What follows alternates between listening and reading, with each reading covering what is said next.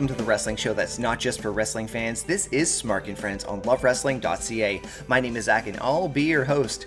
One of my favorite things about living here in Montreal is the summertime. It's full of great festivals. We've got Jazz Fest, we've got Just for Laughs, we've got the Fantasia Film Festival, and my personal favorite is the Montreal Fringe Festival. It's a theater festival, always a great time. You've got fun shows, you got funny shows, you got spirited shows, you've got shows that make you think. If you're a theater fan, it's a great city to be in this time of year. And I'm speaking to an artist who is contributing a show to this year's festival. I'm speaking with Valerie Boisvert. She's an artistic director, writer, and performer for Loose Cannons Theater Company. Excuse me.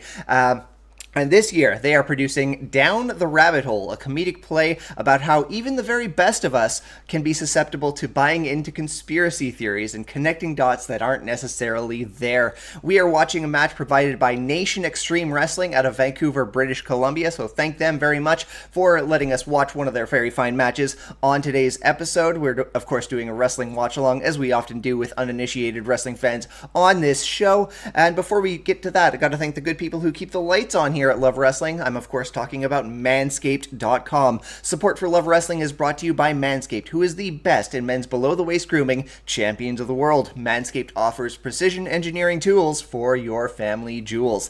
Manscaped just launched their 4th generation trimmer, the Lawnmower 4.0. So join the over 4 million men worldwide who trust Manscaped with this exclusive offer from Love Wrestling. Use our promo code Love Wrestling at manscaped.com. You're going to get 20% off your order. You're going to get free shipping wherever you are in the world. How cool is that? Head to manscaped.com. Love Wrestling's your promo code, 20% off. Your balls will thank you. We're going to be back with Valerie right after this message.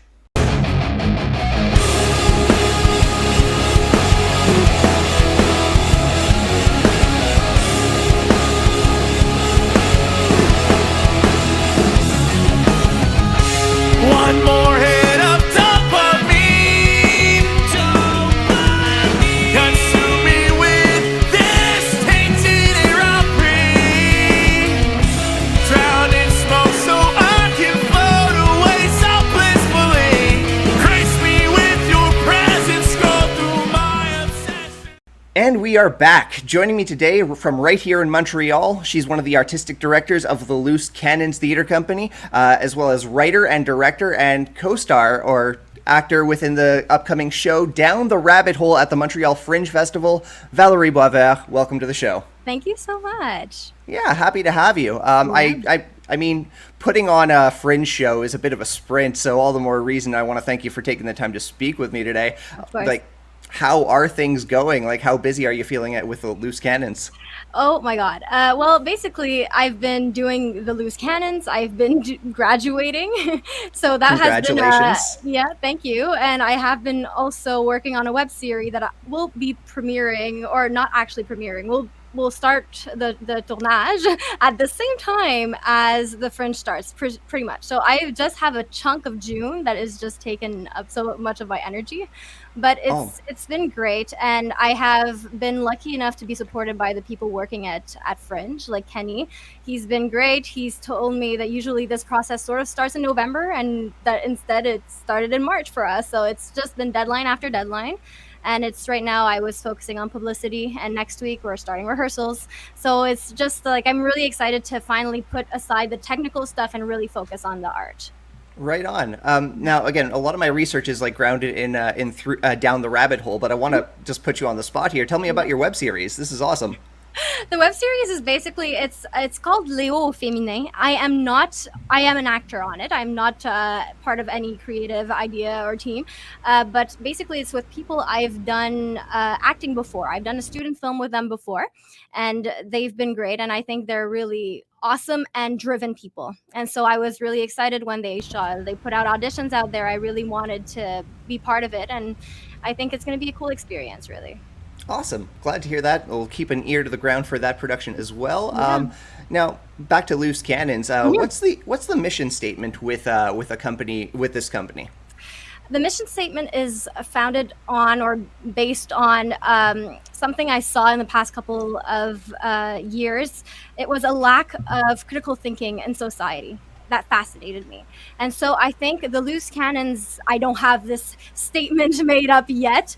I think if it was to develop into something bigger outside of the fringe, like I would like it to, it would mean putting on some plays that are um, that will bring people, audience members, students, whatever, that will bring them to think critically about a situation. So plays that will make you, not just taboo plays. It's not as much taboo as much as plays that are going to make you think, what would I do in that position? Cool. And I understand with this one, with down the rabbit hole, approaching conspiracies and how people can kind of like fall down, even the best of us can fall down. You're approaching it with a bit of a sense of humor about it too. Absolutely. Because I think, especially with what we've seen with COVID and vaccination, I think people have felt attacked if they did not, for some personal reasons, not get the vaccine or anything. I think conspiracy theorists have felt attacked, and I do not want them to feel like this watching my play if they come. I would like them to see it, and I have a family friend who is actually a conspiracy theorist, and I would love him to come see my play and actually just present it. I wanted to focus on the psychology of conspiracy theories, actually more than the theories themselves. Yeah. Okay. Would this play exist had the Fringe Festival not been coming up so soon? Yes, it would exist. I wanted to bring this play, as I mentioned, when I saw how fascinated I was by the lack of critical thinking in society. And so my initial idea was to tour it in schools. I would like next year, and then Fringe came. I got in. I was like, might as well test it out there and see how I can improve it after, or, and have like something strong to start off. And then I would like to add a talk back, because I do have a scientific background. I'm not all theater artsy. I do have a scientific background of 3 years that I would like to incorporate and add a 45-minute talk back after the play itself to present in schools as early as elementary school, actually. Very cool. Now, working with your theater company, with the people that are putting down the rabbit hole together, what's been like I don't know, you mentioned you haven't quite started rehearsal yet, but this is some heavy subject matter, and I'm glad that you're approaching it. How are those conversations happening within the team of how to broach these subjects and doing so with a sense of humor? So basically, I think for that, I would have to explain my team, who it is actually. So I have my actress, my head actress, my lead actor, Audrey Chana-Ferrus, and she is a comedy queen. That's how I introduce her. She's got an insane comedic timing. And so I think that whatever she says, everybody laughs. It's just how she says it, her facial expression. So the subject itself had little to no impact on the comedy. I think it was her that brought it all along. And so and then my stage manager is also a part of it, and he's a stage manager that's part of Dawson and that I kept good contact with. And they are a great, serious, okay, let's contain this kind of thing. So I went down. I have a bunch of conspiracies, because as you'll see, one leads to another. And so I like what they say when they're like, okay, now why are we going that route when we could have contained it to this route instead? And it's like, yeah, indeed, we don't have to explore there as much. So it was fun to work with people who were both extravagant and the opposite. So we can have some balance there. Yeah.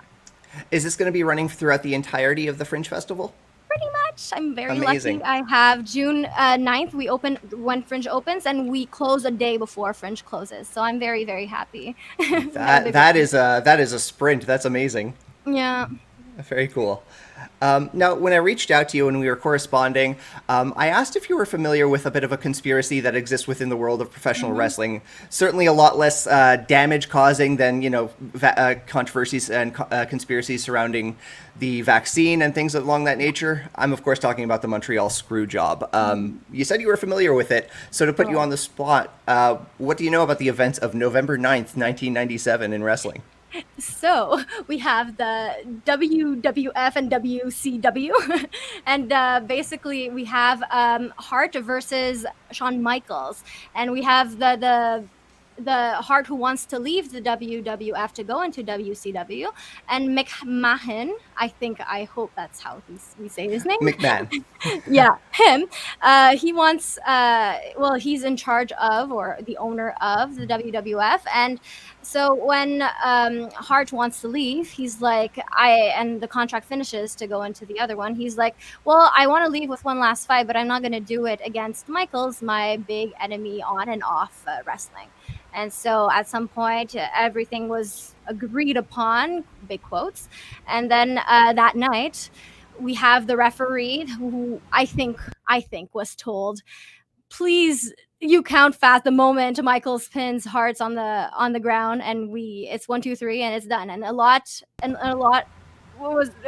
spurred a lot of controversy because it was so quick, and Hart was upset, rightfully so. Yeah, you more or less hit it right on the head. Now, like, where the conspiracies really have been coming in regarding like these events is like, yes, we're under the impression that this was people who were conspiring against Bret Hart to get the belt off of him and everything. Mm-hmm. Now, you go a level deeper, and there is a contingent of fans who believe that this wasn't what you call a shoot. This was actually going to be a storyline that Bret and Vince McMahon were planning to continue sometime years down the road when Bret comes back from WCW one day. Mm-hmm. And what gives this a lot of credence, where there's smoke about this, is the darn it, I forgot to look up the exact film company, but a documentary film crew chronicled Bret leaving WWF at this time. They're completely removed from WWF. They're not like they don't work for them. They started this documentary before there was any talk of Bret leaving. And they just so happened to surround all these events that involve Bret leaving for WCW and Vince McMahon's worry that like Bret might leave with the title, and then, you know, the events that happened in Montreal in November 97. Mm-hmm. Now, again, timing of building a documentary at a rather, you know, peculiar or not like particularly noteworthy time in Bret Hart's career. I don't know. Do you think there's smoke here? I think so. And I'll tell you why. What I do like about this conspiracy and the conspiracies that came off of it is that very little people were involved, and I think that is what makes the conspiracy credible, because there is an actual equation that exists that will tell you how long a conspiracy can last based on the number of people involved. Somebody might snitch, how much time has passed, and so I think it's very interesting because it was kept small. So even today, we still think it might be something that happened, and that Bret was involved, and I think that's cool. Right on. Outside of like this, the Montreal screw job, do you have any other experience within the fandom of professional wrestling? Not professional wrestling. Olympic wrestling is what I know most, actually. Cool. When you told me this, I because my boyfriend was an Olympic wrestler, and he did Olympic wrestling, yeah. And so we've had plenty of UFC nights. I did boxing for 4 years, so I was into that kind of stuff. And when you said wrestling, professional wrestling, I was like, I'm gonna go see what that is, and I loved it. It's a mix of like drama and the sport, and I have to say, 100%. Yeah, it's wonderful. I really enjoyed it. So yeah. Right on. Well, as we often do here on Smark and Friends, Valerie has been invited to participate in a wrestling watch-along here on the podcast, and we are watching a match provided by our friends over at Nation Extreme Wrestling out of Vancouver, British Columbia.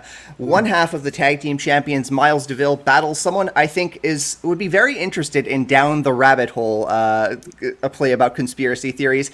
He is the alien aficionado. He is Bigfoot's best friend. He is the cryptid connoisseur. We are watching a match of Eli Surge. And if you are listening to the podcast version of this recording and you want to watch this match along with us, and I hope you do, go ahead and pause this podcast and head over to NEW's YouTube channel. Find the video 37, Eli Surge versus Miles DeVille, and jump to the time code 1 minute 19 seconds. Pause this podcast and come back to us. Are you ready? Good, because we are going to click play on go. Valerie, are you ready?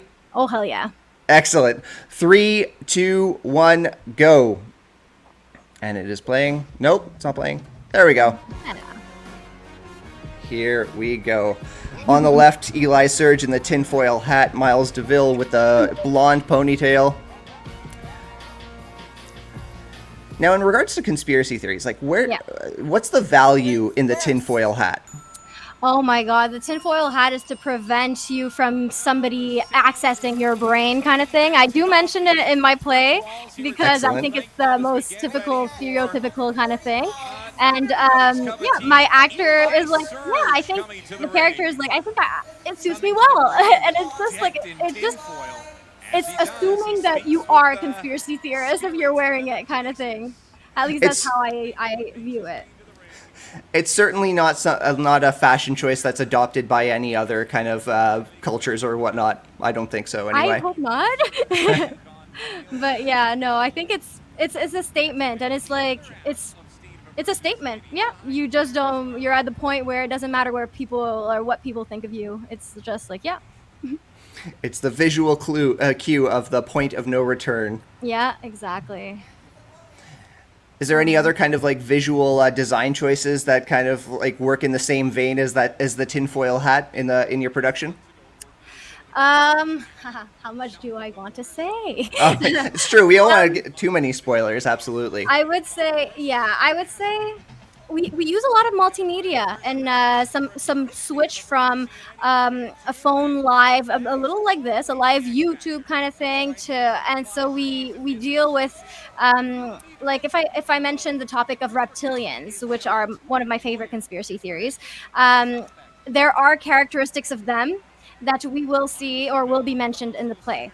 So, and will the actor necessarily look reptilian? That's a good question, or if it's going to take some imagination from the audience.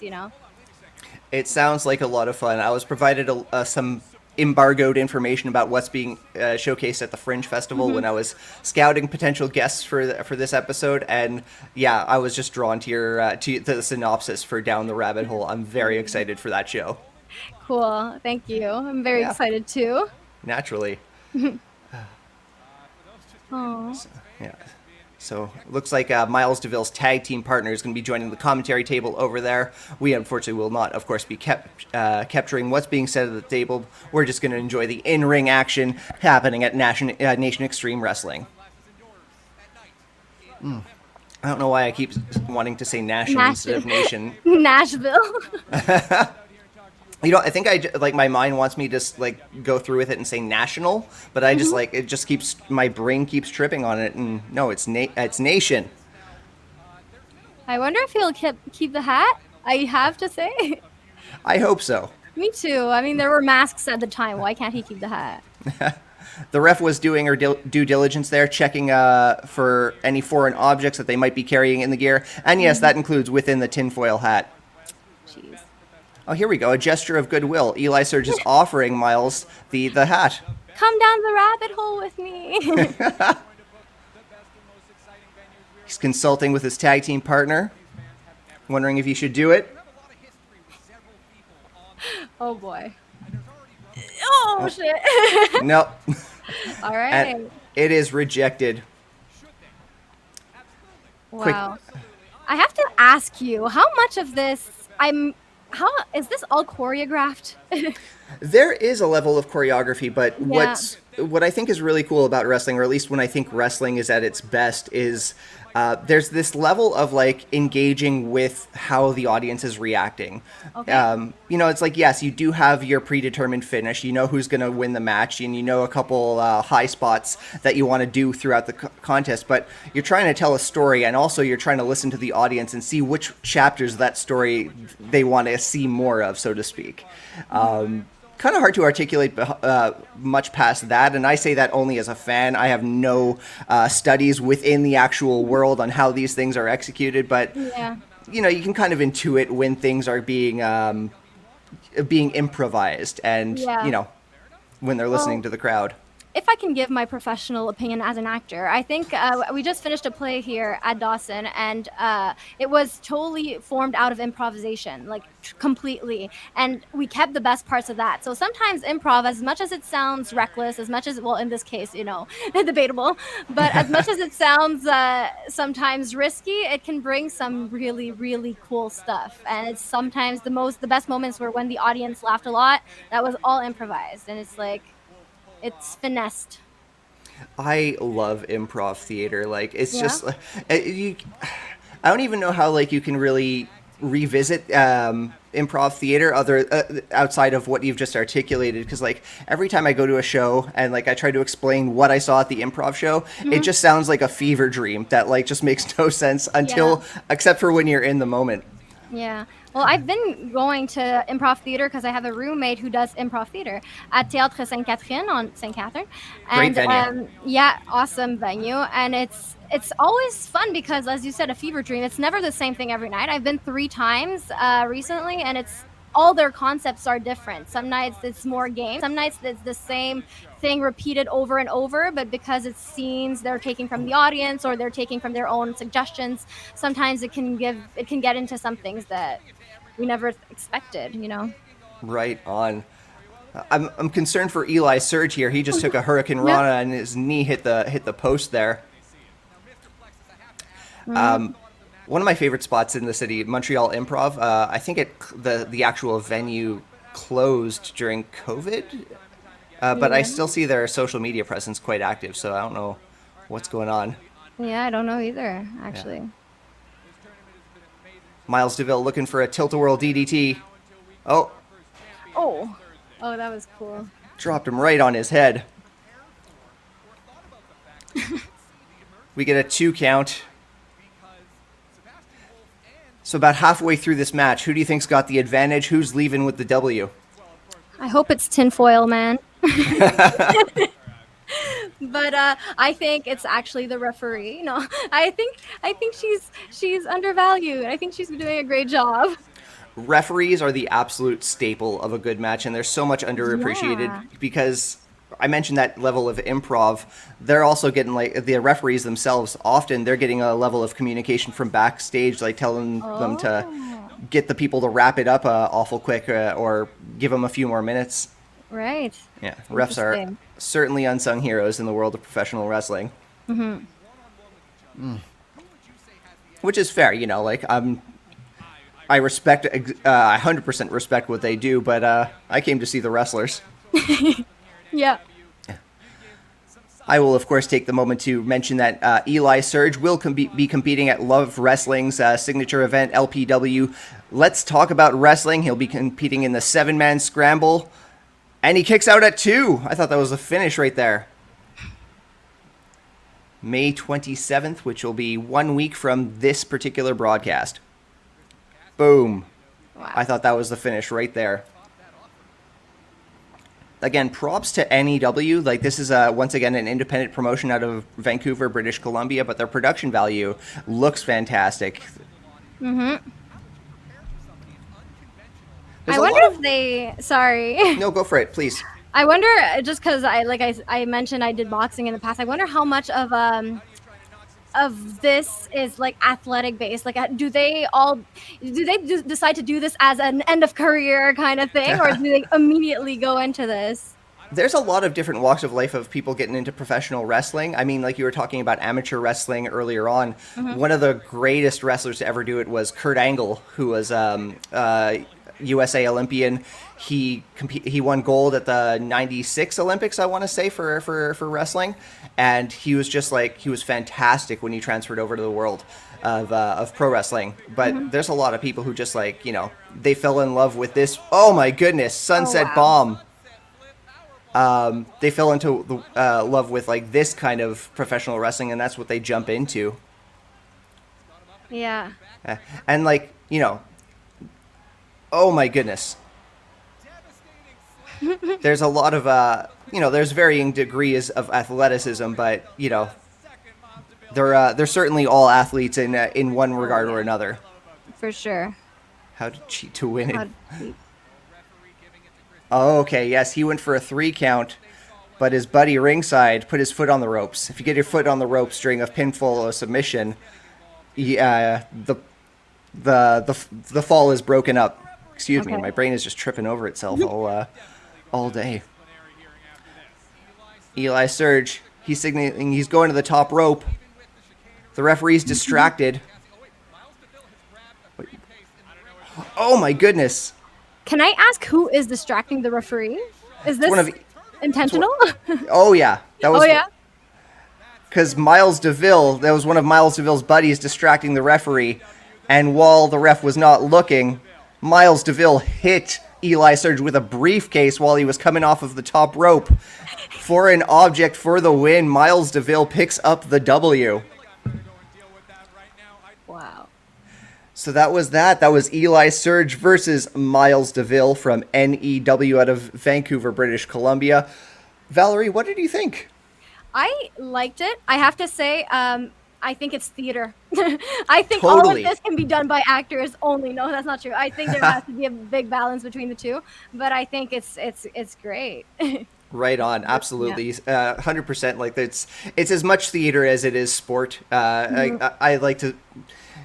I use the term sport loosely because it's not actually a competition. It's an engagement with the audience, an engagement with your other performer. It is theater. It's a field unto itself. Once again, that was Valerie Boisvert joining me for an episode of Smark and Friends, watching Eli Surge versus Miles DeVille from NEW. Before I let you go, please let the audience know where to follow you on social media and everything else we need to know about Down the Rabbit Hole from the Loose Cannons Productions. So, my Instagram, the Loose Cannons, Twitter, the Loose Cannons, Facebook, the Loose Cannons. And I would ask you to please show yourself at Mainline Theater starting on June 9th until June 18th. And if you want to have a good time to just watch how people can make links out of nothing and just have fun with the idea that creativity exists in these people that we think are just bad intentioned when they're actually not. Marvelous. Thank you so much for joining me today. It's a pleasure. Hello, Love Wrestling community. It is Thursday night. It is 8 p.m. Y'all know what that means. It's another episode of Between Two Beards. See, we have a special guest with us tonight. He is Phil Lindsay. We have Astrid joining us, Mike Fish, Carl Carafel. It is Mr. Warren Hayes, Mitch Clark. We have the interview queen herself, one Alicia Atut. Welcome to the show, Billy. Sam B. Alex Kane. I am Holden Albright. They forced me to say this. It's Trent's mom, Sue.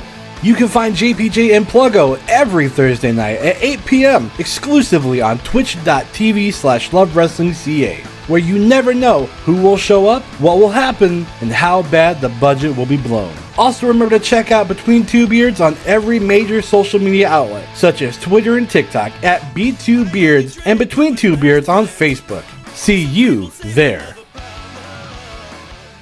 That was Valerie Boisvert of the Loose Cannons Theatre Company talking about Down the Rabbit Hole, playing next month at the Montreal Fringe Festival, and watching a match provided by Nation Extreme Wrestling.